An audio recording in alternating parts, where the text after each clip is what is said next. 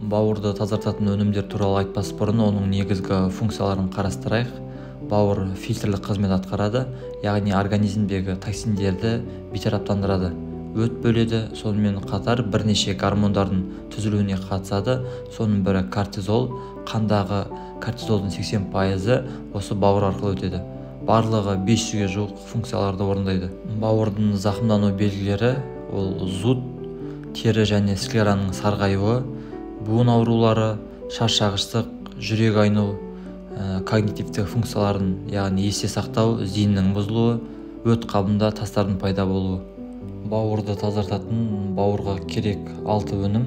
Олардың ең біріншісі крестоцветный көкөністер. Оларға қырыққабат, брокколи, брюссельский капуста, руккола, горчица жатады. Олардың құрамында бауырды тазартатын көптеген табиғи қоректік сульфорафан бар.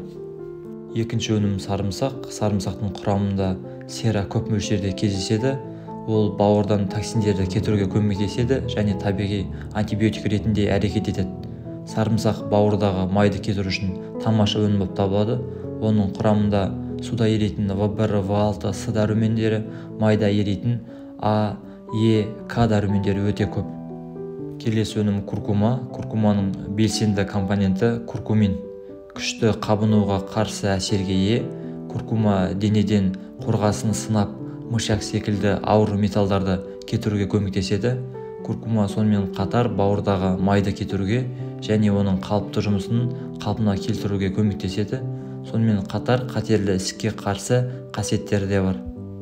Қызылша. Оның бауырды тазартатын қасиеттері бұрыннан белгілі. Бұл бауыр ферменттерінің деңгейін төмендетуге көмектеседі. Қызылшадағы фитонутриенттер мен пигменттер бауырдан майда кетіруге көмектесетін өт сөлінің бөлінуіне ықпал етеді.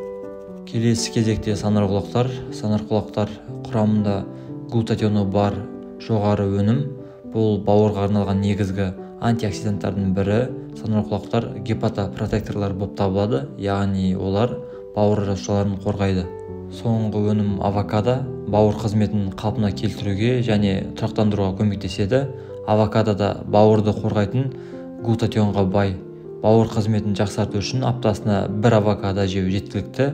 Авокадо сонымен қатар күшті қабынуға қарсы әсерге ие.